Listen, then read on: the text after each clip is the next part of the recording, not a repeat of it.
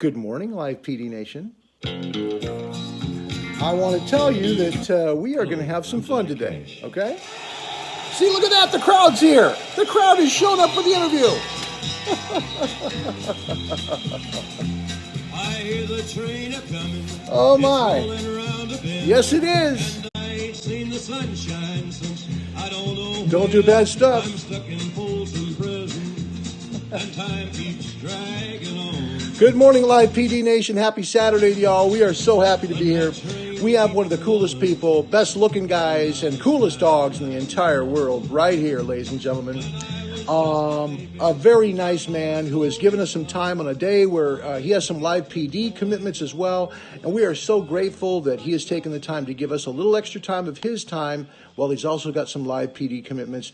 Corporal James Craigmyle, welcome to the show, sir. Thank you. Thanks for having me. Oh my gosh, it's an honor to have you, my friend. It truly is. I know we've got a lot of people who are very interested in talking with you and checking up with you. Now, you know, one of the things people don't know is oftentimes we ask our interviewees what kind of music they like, because we like to come in with something.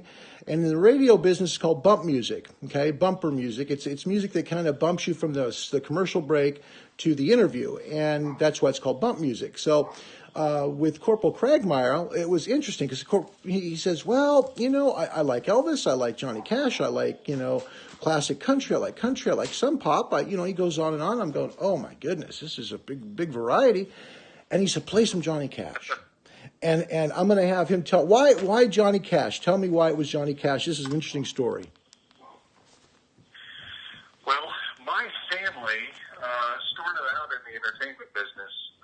My grandfather and his two brothers back in 1959 started the Ball Lover Show down in Branson. Wow. And my grandpa was a stage actor, comedian through his entire life. Him and his two brothers, actually, all of their clothing, the instruments that he played on the show and everything is actually out in the Smithsonian, Washington, D.C. Really? So, yeah. So their family, or my family, most of them went into the entertainment business on my mom's side of the family. And the Ball Lover Show is still going strong. Branson famous in Branson, Missouri, and some of the cousins that sang on the Ball Lover Show, actually, some of my cousins actually used to sing for Johnny Cash as well. They sang for Mel Tillis and a myriad of different entertainers throughout their career. So, wow, that's one of the reasons. So, you just a good singer. Wow, and you went into law enforcement from there. Actually, you went to the Army first and then law enforcement. Correct. Was your choice first Army and you wanted to be a military guy, or was it always law enforcement? No, you know, I hadn't even thought of law enforcement whenever I was in high school. I was playing baseball, and I wanted to go to college on a baseball scholarship, and ended up going to the Army instead. I look back and could have done things differently, but if I had, I wouldn't be where I am today doing what I'm doing today. So God has a plan and told me to go to the military, and that's what I did, and the rest is history now. So I left the Army, left active duty in 2003. I needed, or actually 2004, I needed a job, didn't know what I was going to do, and came back to my hometown here in Springfield, Missouri, and got a job working at the Greene County Sheriff's Office. So I've been here since 2004. Wow. Well, first of all, Corporal Craigmyle, thank you very much for your service to our country. That is an honorable and extremely selfless thing, and I just want to thank you for that. And I'm sure from a lot of people in Live PD Nation the same. So thank you so much for your service to our country, my friend. Well, I appreciate it. Thank you. Yep, absolutely. Now tell us, now everybody wants to know more about lore, because lore is, it's the same way when we were blessed to interview Pasco County Deputy Peeney, and of course, he's connected, with the canine as well. So, everybody wanted to know about, Yogi. And so, you've got lore. You and lore have been together a long time. Tell us about that. Yes. Yeah, so our canine unit, actually the inception of it was in 2009. We started off with our first dog, Dar. He has since retired. He retired for medical reasons with seizures. We had Rico. Rico retired for medical reasons after 3 years on the force of hip dysplasia. I got Lore back in 2011. So Lore and I have been together since then. We got Lore whenever he was, I think he was just over a year old. Okay. Lore came to us, our head trainer here at Greene County, Phil Yarnell. He knew a lady down in Alabama. Pam Rogers was her name. And he reached out to her and he said, hey, Greene County needs a dual-purpose patrol dog. Do you have any?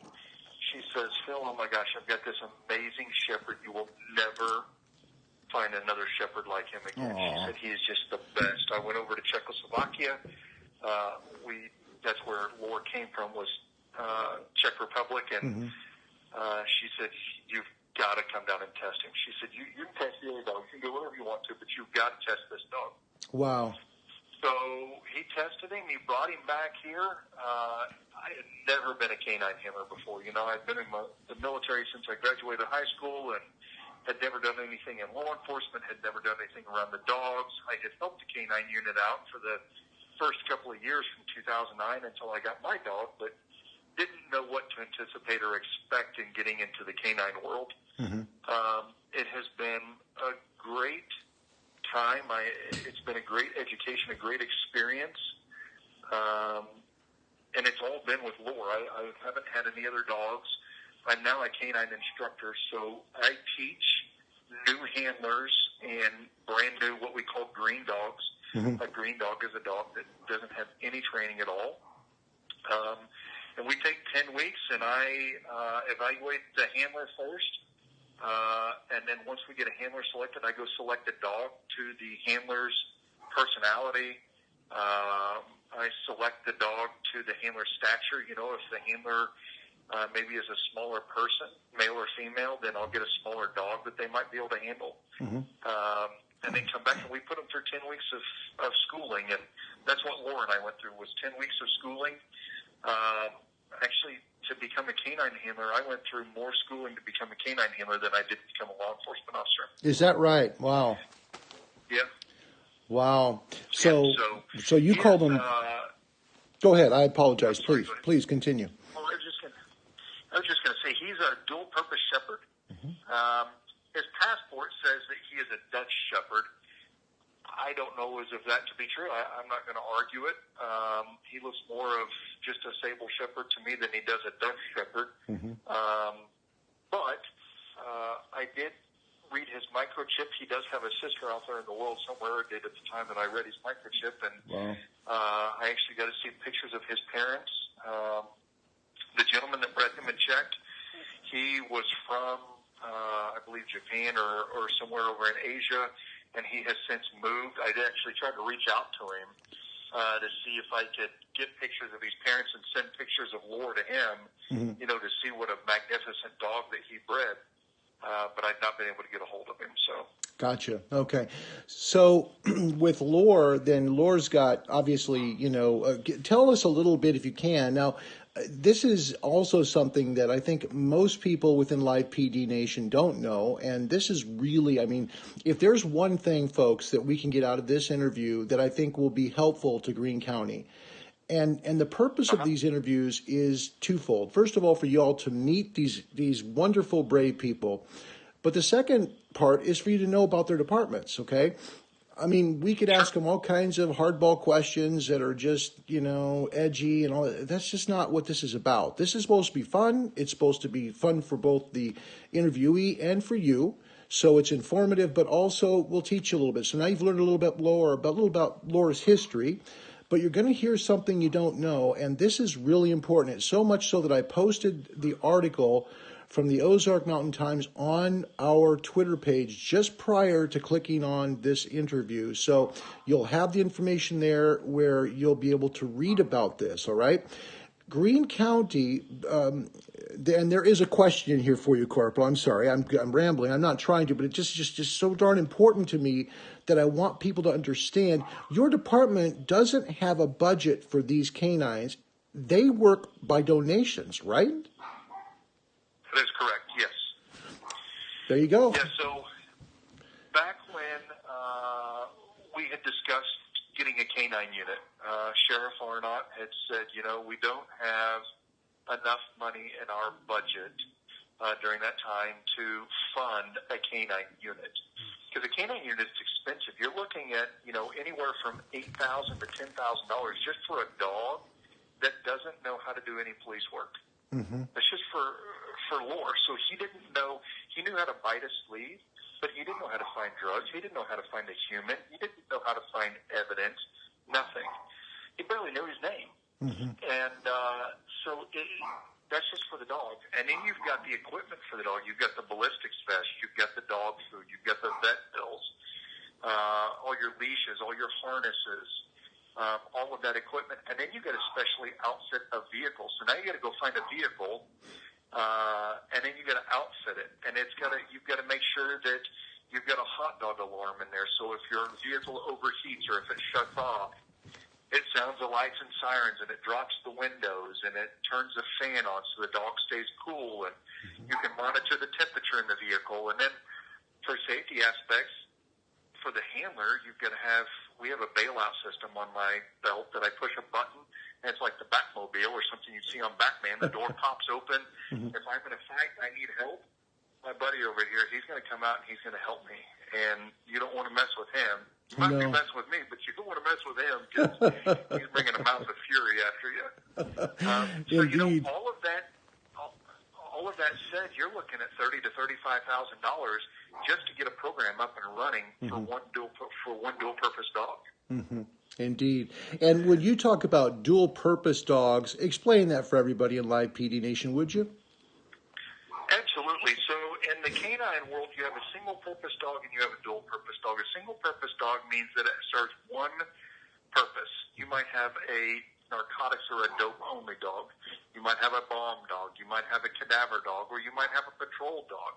And that is their function, is just one piece of training and experience in deployment, whereas lore is a dual-purpose. So dual-purpose, lore finds drugs or narcotics, 5 different odors or narcotics. He finds meth, heroin, ecstasy, cocaine, and methamphetamine. Wow.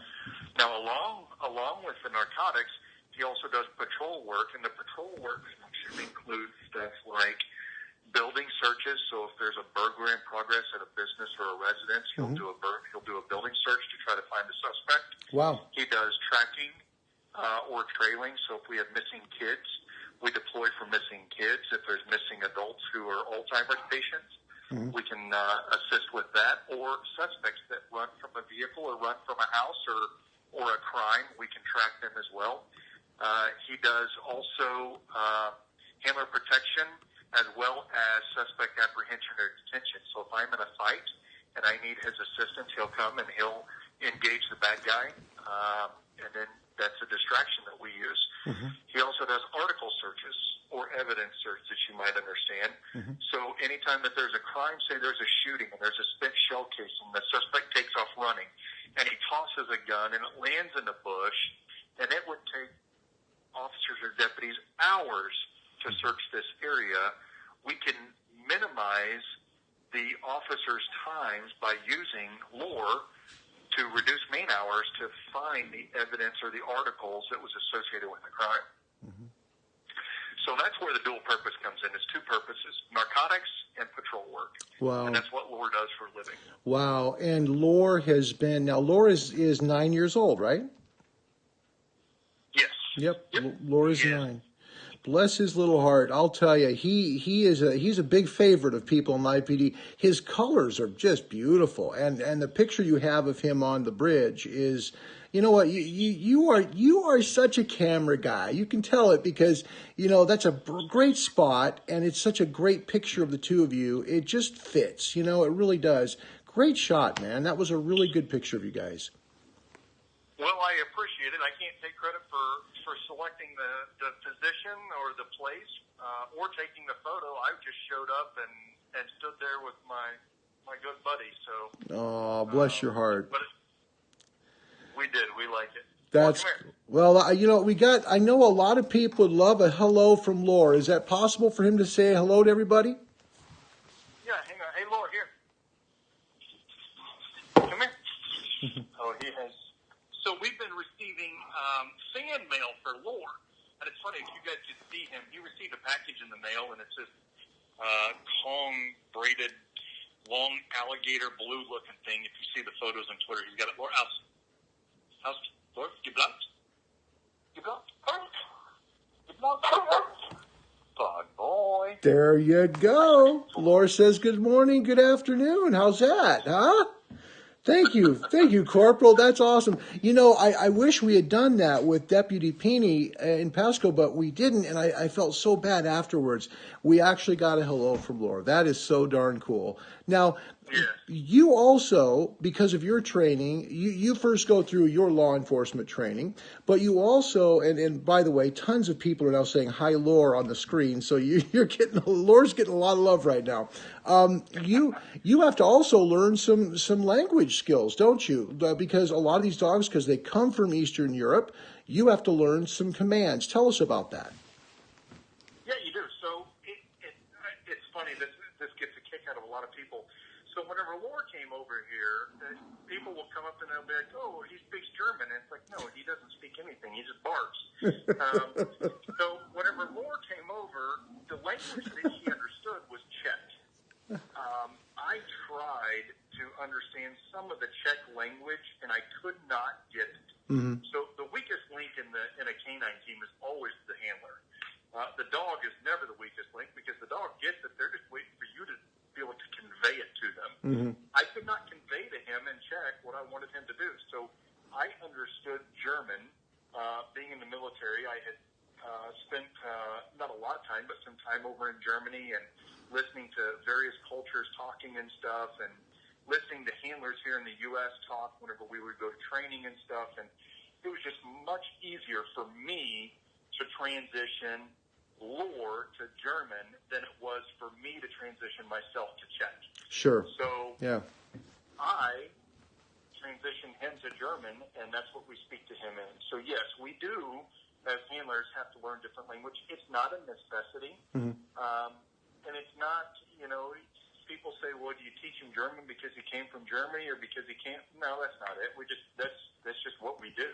Okay. There is no rhyme or real reason to it. Some people will say that you teach them that so whenever they're engaged on a bad guy or they're finding a bad guy in a building and they're fighting with the bad guy can't say stop or no, and your dog will stop or out or anything like that, because then the suspect in that heightened sense of engagement with your dog can't call your dog off or can't get your dog to stop by telling him to.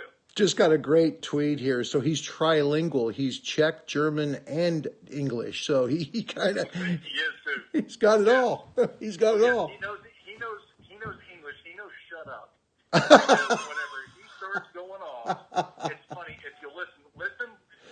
So I will be on live PD tonight. So if you listen tonight, whenever I get out of a car, if they come to us tonight, you will hear him barking. He hates it whenever I get out of the vehicle and I don't take him with me. Uh-huh. So a lot of times I'll have to tell him, shut up, stop barking, because sometimes I need to hear the radio on what's going on, and he gets upset because I get out of the car without him.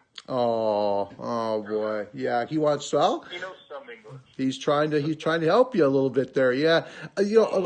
A question just came through about the words. It looked like it said Zook, and they asked if that meant something special. It might be kind of a form of that word. Is there something close to the word Zook that means something? Zook means go forward and find.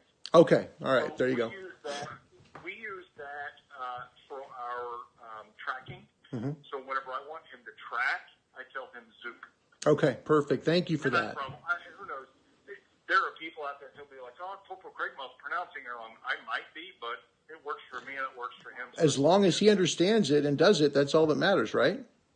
Absolutely, that's all that matters in the end. Yeah. Hey, it's just like tomato, and potato, and different people say it in different ways, and all across the United States, and it works for us, so that's what we do. Well, that's so important, and I think one of the things that makes this so good is you can tell that the two of you have an incredible amount of time together. You guys are a team, and it's built on trust and time.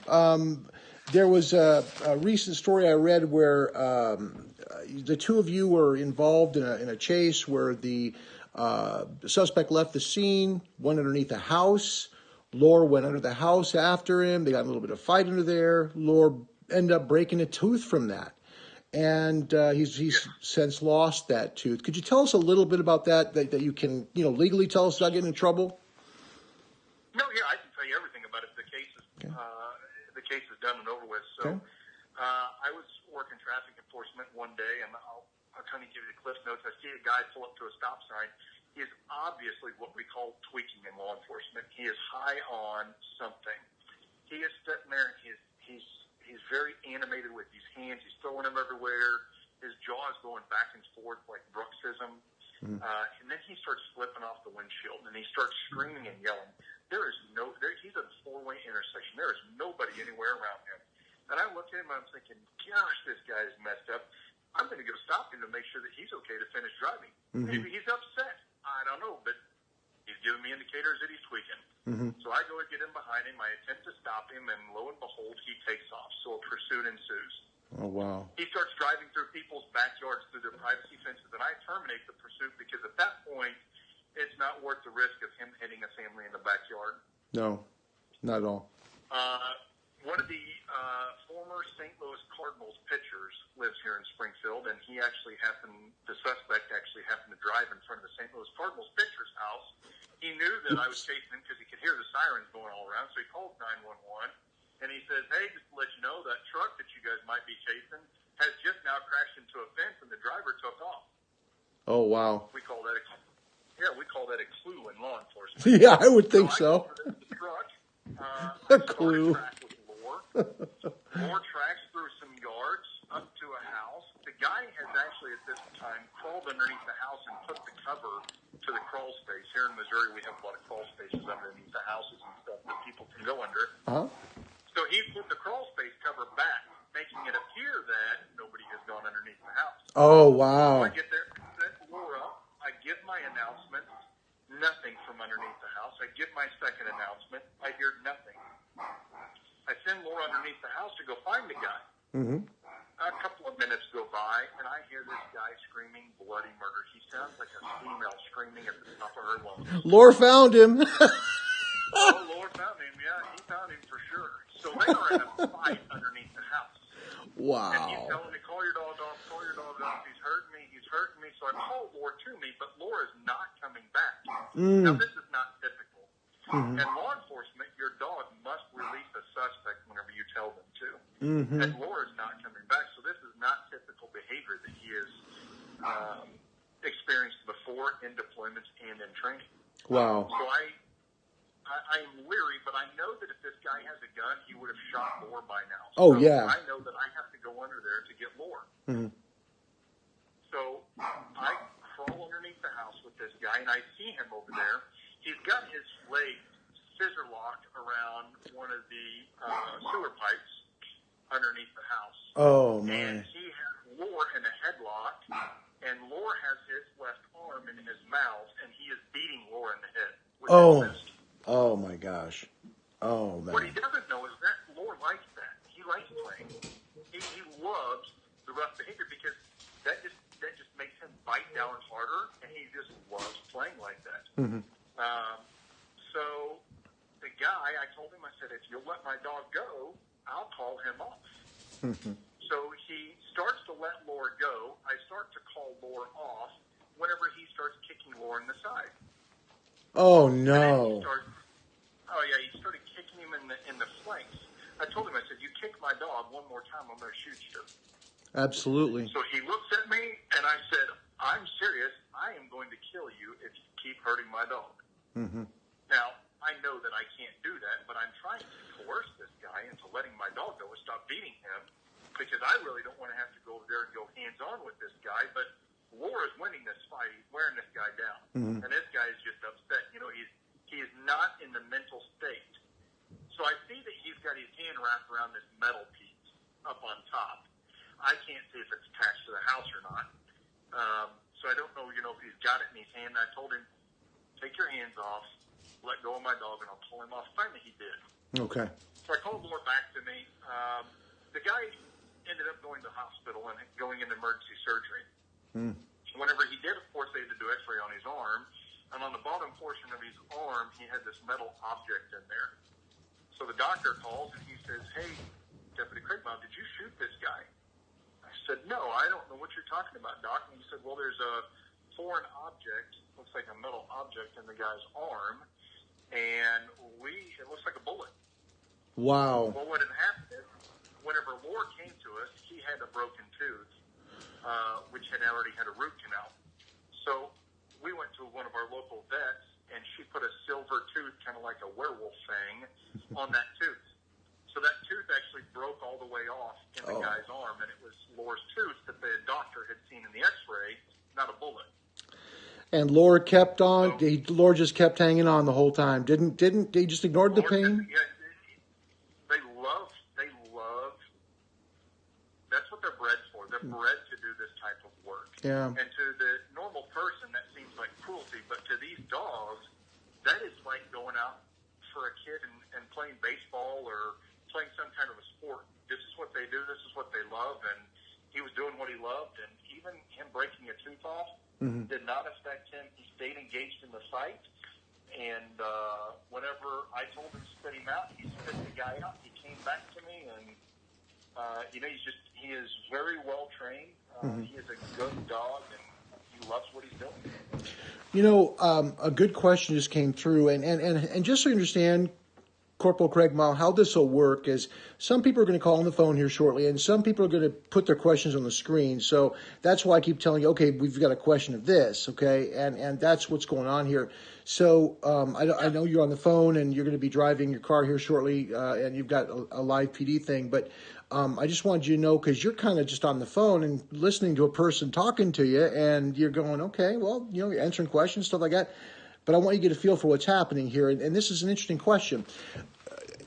If your dog, if Lore is in trouble, like serious trouble, like he could be killed, can you treat him like any human officer and protect his life? Meaning, go after to use deadly force if you need to, if your dog is in mortal danger.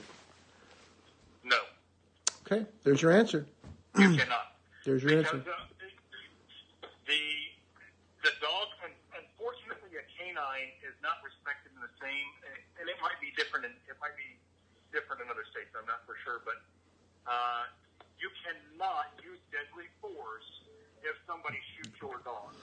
Now, if somebody is shooting at you, the deputy, or another person, and your dog is engaged in combat or in fight with that person, then yes, you could use deadly force on the suspect. All right, so there's otherwise, no. there's a line there then that needs to. Okay, gotcha. All right, very good. Tell us about. It's very unfortunate. The penalties in the state of Missouri for assaulting or killing a police animal is actually a misdemeanor. It does not carry the same penalties as it does as if you kill a human police officer. Now, that's the state of Missouri. I don't know about other states. I don't know what their laws are for animals, but that is for the state of Missouri. Wow. Well, just so you understand a little bit about Live PD Nation and its people, they are huge into the canines. And you've probably already found that out, being Laura's handler, but they are just like, they are serious about protecting these dogs. And one question just came through.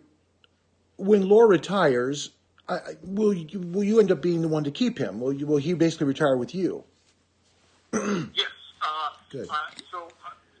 He will retire way before I do, but I do get to keep him. It's written in our policy that the canine handler gets first voice if he wants to use a retired service animal. If not, then it's up to the sheriff on who takes the dog after that. Okay. But I can tell you that every handler that has had their dog retired here was able to keep their dog. Yeah, good. He's a beautiful dog. I mean, he is absolutely his colors are just beautiful, man. They really are. They really are. Tell us here about now fundraising. Okay, you guys do a pause for Pancakes Breakfast that you guys do in September. You try to raise money to help out. How can Live PD folks donate money to Greene County to help you with your K9 fund? Well, and that's a good question. Since we are based solely off of donations, we have to come up with creative ways and ideas to raise funds for our K9 unit. We made up T-shirts last year and sold them to raise money. We've made up some stickers for cars, and Pancakes for Paws was our first event last year. It was really well. The community was very receptive to the fundraising for our K9 unit. So we also have a PayPal account, which I posted on Twitter. Okay. And it's also on our Greene County webpage, www.greenecountymo.gov/sheriff, or I believe it's on our Greene County Facebook page as well. And we set up PayPal because it's a secure account. It's a secure way to send money, and it's not asking people to send a check through the mail or give a credit card to somebody they don't know over the phone. It goes directly to our K9 unit. No other units get it or are able to use it. And it goes to pay for stuff like vet bills, new canines, equipment, training, and various things like that, because just like humans, dogs have to continue their training. And if you don't continue the training as a team, you and your canine together, it's a skill that can diminish over time. Sure. So we have currently 3 canines in our unit, and we are looking at adding a 4th canine, hopefully in September or October. Okay. One of our canine handlers actually just took employment at another agency, so we ended up retaining the dog that he was handling, which I actually have at my house right now, and we have just selected, which I can say out loud over the radio now, Deputy Morgan Rutherham, who has been on Live PD. She was selected as the next canine handler, and some of you have seen Deputy Thomas Connell on Live PD as well, and he was just selected as our 4th canine handler. Good for him. Some funds saved up to go purchase a dog for him, and Good hopefully for him. September, October. Yeah, and people don't realize how expensive these dogs are. I mean, you're talking $15,000, and that's before you train them. So there's so much involved with this, and I want to give you kudos. You go through more than just being an officer there in Greene County. You're more than just a corporal. You not only train other deputies with their dogs, but you have to go through training yourself to continue sharpening your skills and those of Laura's as well on a regular basis, don't you? Yes, you do. Yeah, it's never ending. Our other canine handler, Dustin Kendrick, who has Stark. You guys will see him. He's going to be on Live Nights here in a couple of weeks. It's the same thing. He just recently, as of last year, graduated canine school, and the canine training is ongoing. The standard is 16 hours a month for canine training, and that's what the Supreme Court says. But Greene County, we make sure that we attempt to have the best top-notch dogs that we have. We deploy with the SWAT team, so we send our dogs in attics. We send our dogs in houses that have gas that's filled in there, trying to get the suspect out to mitigate or to minimize any type of risk to any civilians or themselves. So our dogs have to train through all of that. They have to train around gunfire. They have to train around explosive breaching. And, it's skills that can diminish quickly, but it's skills that you can easily keep up with the right training and the right experience and guidance. And we are fortunate with Phil Yarnell, our head trainer. And this isn't because he's our head trainer, but he is one of the world's best trainers out there. We fall under what we call a PSP certification, which is elite size spear and wound proofing. We are one of the only certifications that is international. So our training, theoretically, I could go overseas to Germany or to Asia or to Australia and teach their canine handlers if they adopted the PSP standard and certification. Mm-hmm. That's fantastic. That really is. Lots of stuff coming up. Thanks for your service. Love the canines. Watching from Australia. Live PD is the highlight of my week. Does Laura get along with other canines very well? Another question. Absolutely. So I have two other dogs at the house, Olivia, which some of Twitter and Live PD Nation has seen. She's a French Bulldog. She's new to our family. She's a year old. Mm-hmm. And then I also have a Lab. Plus I have Athos at House Dev, which is one of our other canines. Wow. So we teach tolerance in our dogs and our canines. So our dogs have to be tolerant of our dogs. Mm-hmm. For the simple fact that if I go to a house that has been burglarized, I don't know if the suspect is still there. If I send my dog in, I don't want Laura getting in a dog fight with another dog. Mm-hmm. So we do teach our dogs to not mind other animals being around. But yes, he loves playing with other dogs. Mm-hmm. We have a game that we play with our patrol dogs, and we put them in muzzle, and we put this big, what looks like an egg, and it's a plastic egg, out in the middle of the field, and we let the dogs play with it, and it looks like they're playing soccer over there, because they're nudging it with their muzzle, they're batting it around with their paws, and they just really like the game, and it's fun for them. That's good. You know, and truthfully, when they're put on and you say Zook to go, that's a game. That's really a game to them, isn't it? It is. It's a game.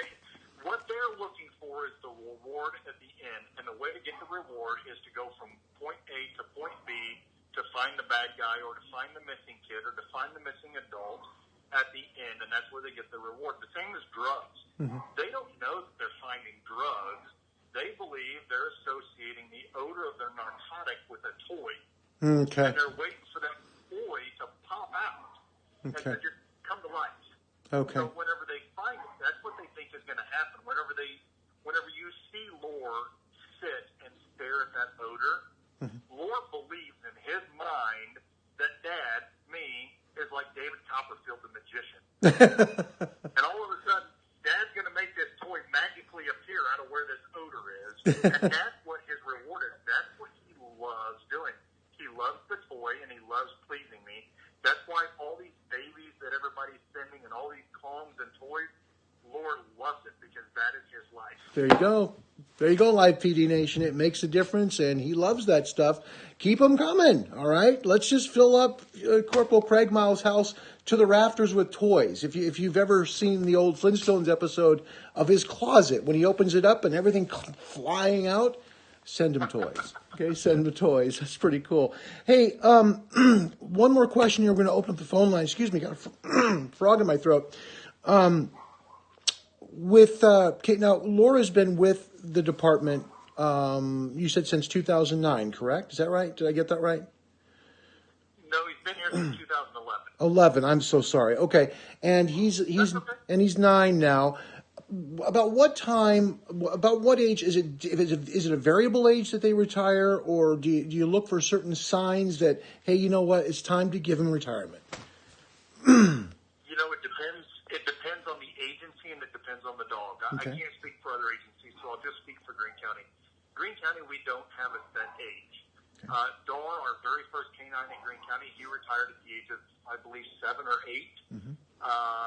Rico, our other dog, retired at, I think, the age of 3 or 4. Mm-hmm. So it just depends on their medical, their health. It depends on if they still have it in their heart and their mind to continue to do the work and if they can physically do it. Mm-hmm. Lore, he is 9, but he acts like he's 3. He loves doing the work. He is in amazing physical condition, mm-hmm. Health-wise and physical-wise. So you know what? We're going to keep doing this. We're going to keep assisting the citizens of Greene County, and we just don't help Greene County. One thing our sheriff is big on is helping other agencies out and helping other citizens out. So if we have other agencies out there that are close to us that need the assistance of our canine unit, mm-hmm. we're going to go help. That's good. Stark and Athos, the other 2 canines that are part of our agency, they are amazing tracking dogs. Mm-hmm. They can find dope anywhere. They're just as good as Lore. Lore just has more time and experience. Got it. Okay. Well, that's good. That's good to know. You know, we're going to open up the phone lines because I know you're on a schedule, and I know there's people that probably want to talk to you as much as you know. We've enjoyed asking these questions. The phone number to call, folks, 503-420-4062. That is 503-420-4062 to talk with Deputy Craigmyle of the Greene County Sheriff's Office. Corporal Craigmyle was kind enough to come on with us today, and man, oh man, he's got a busy day going on. Not only on the show tonight with Live PD, but he's also got a Live PD event coming up here very shortly. So we are really truly honored. And you know what? We may not have calls. Just so you know, Corporal Craigmyle, we might not have calls right now, but it doesn't mean people aren't asking questions. Okay, a question just popped up. No, that's fine. How has your life changed since you came on Live PD? You know, it hasn't changed at all. It has always been busy because I deal with the public relations for Greene County as well as being a canine handler, as well as attempting to get the two new handlers up and running with their future dogs and their future careers and stuff like that. So it really hasn't changed a lot yet, other than we feel a lot more loved. We feel a lot more appreciated now. One thing that Live PD has done, I believe, at least for our county, is brought an awareness to the citizens in our county and across the United States of what law enforcement officers really go through. There's a bad stigma that has been held over law enforcement for a lot of years. That, you know, there's all these corrupt cops, and they're out here they're stealing, and they're doing drugs, and they're killing people, and they're doing all this bad stuff, and that is so far from the truth. There are more good officers than there are bad officers in every profession. I don't care what it is. I don't care if you're a lawyer or a doctor or in religion or what it is. There's always going to be somebody that is always going to do something wrong. Yes. Whether it be illegal or immoral. Yep. Unfortunately, not everybody is just going to be the same. But one thing it has done, I believe, is brought a positive light to law enforcement, and it's brought a lot of happiness, at least to our agency, because we're getting a lot of positive comments, a lot of positive feedback, and it's coming from all over the world. You have 4. And I think that is something really good for law enforcement as a whole and the world as a whole, is to see that, you know what, I always put the hashtag teamwork at the end, and honestly, to protect ourselves, to protect each other, to protect your neighbors and your family, it takes teamwork. Law enforcement, we can't do it by ourselves, and we think that bringing the nation in through Live PD to see what is going on, the new trend, you know, everybody has cell phones and electronics and everything. Absolutely. And everything that is happening is just, it's very humbling. We're very, very humbled, and we hope that this continues because it is a good feeling. Good. Well, we appreciate that. We have a call coming through. Caller, please make sure, do us a favor, if you could please turn the volume down on whatever electronic device you're watching the interview on. That would be so awesome, because then you won't have the delay problems. Hi, who is this, and where are you calling from? Hi, Larry. This is Tammy calling from Illinois. Well, hi, Tammy in Illinois. How are you? I am fabulous. How are you guys today?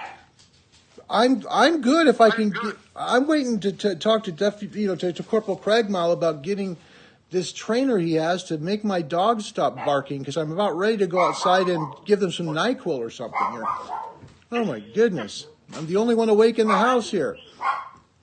Just one moment, Tammy. This is Corporal Craigmyle, and do you have a question for him at all? Mine, come here. I do. Corporal, with dispatch calling out the calls, how important is it for them to give you as much information as possible?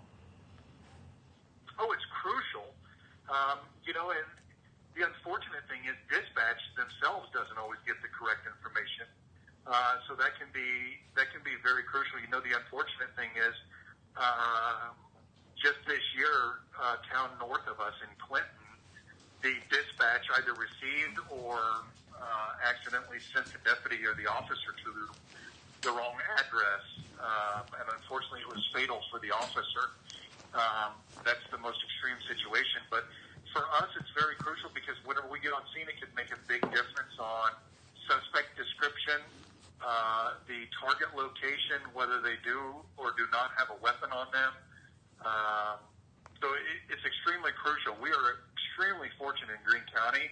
We have some of what we feel are some of the best dispatchers you could ever ask for. They are quick to respond. They are thorough on their calls. And if we don't understand, we here in Greene County have plain talk on the radio, which means we don't use the 10 code, 10-4, 10-6, 10-1. We have plain talk. So if we have a question, we just say, hey, we don't understand. Can you please give a better description of the car? Or can you ask the caller for a better description of the car or the house or what is going on? So we have a very good communication with our dispatchers. Which I wholeheartedly agree with as a retired dispatcher in Illinois. Asking the crucial questions, is there weapons? What kind of weapons? Yes. All of those questions are crucial for the dispatchers to get out to you guys because it can make the difference of life or death or how the situation turns out.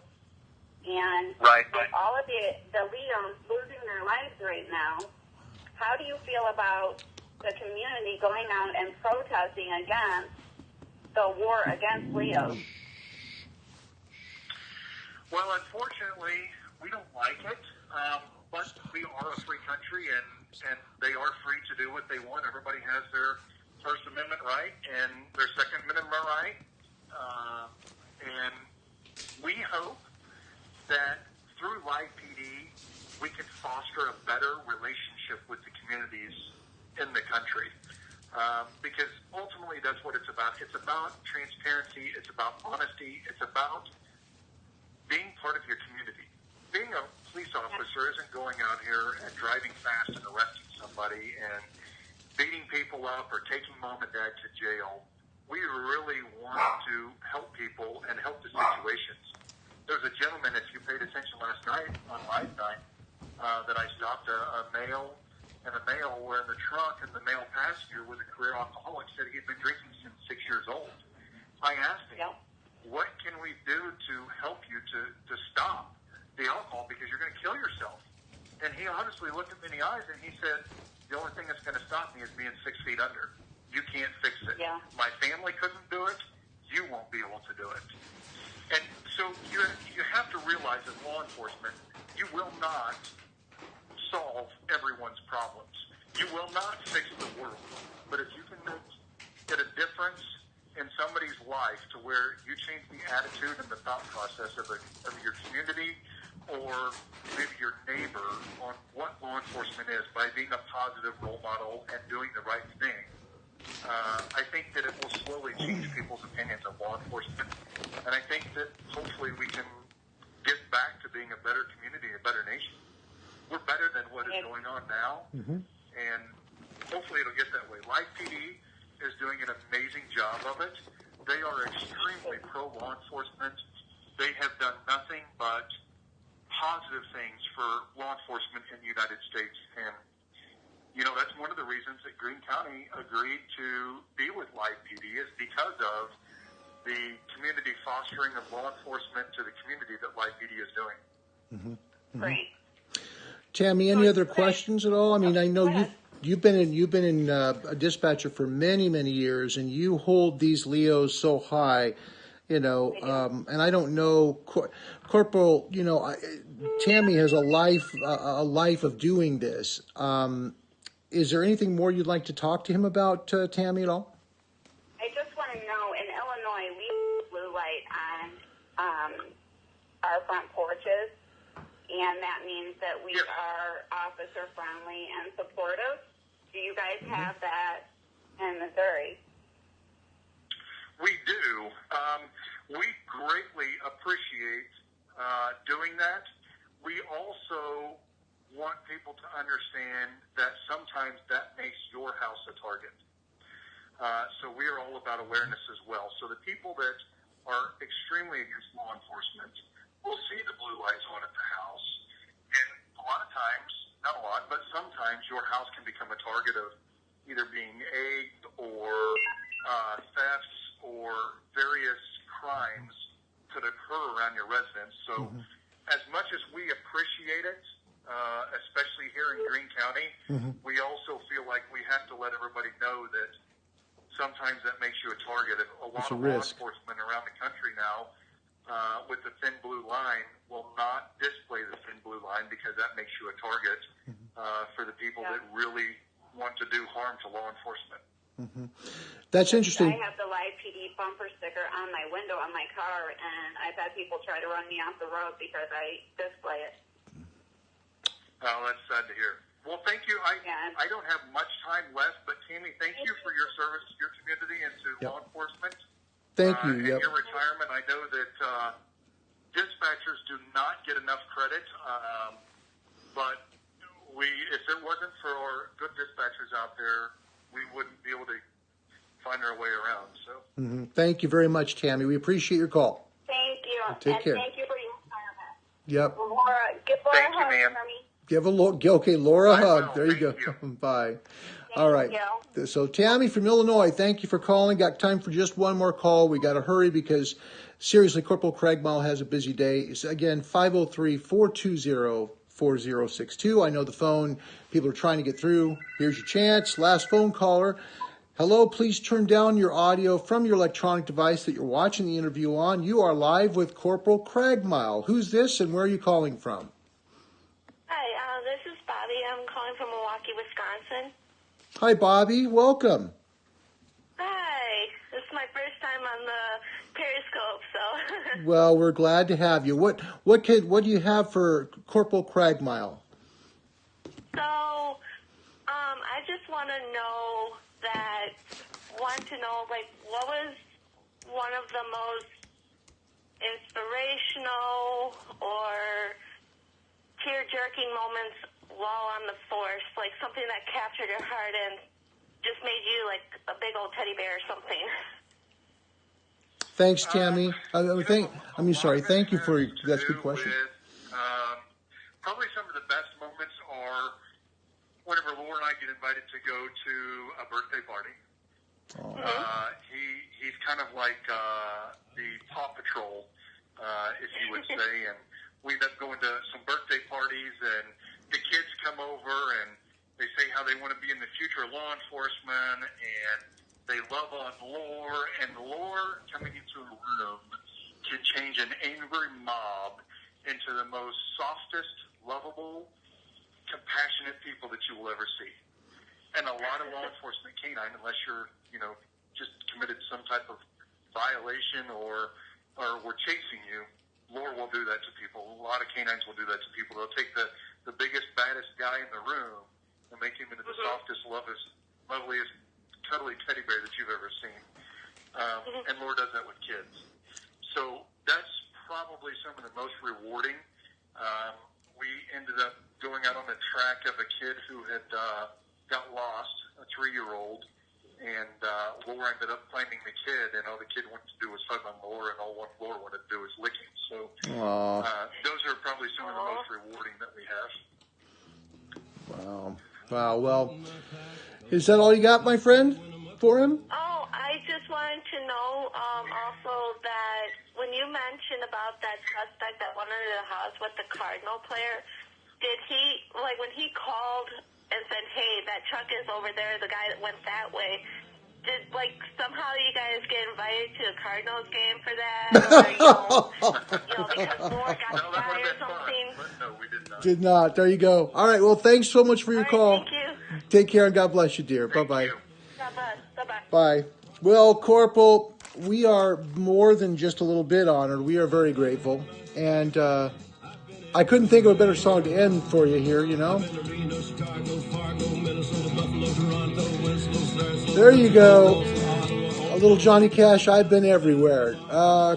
Corporal Craigmyle, anything you would like to leave with Live PD Nation while we still have maybe a few seconds? I know you're busy. What would you like them to know before you go? Just keep watching. Be supportive of your local law enforcement agencies.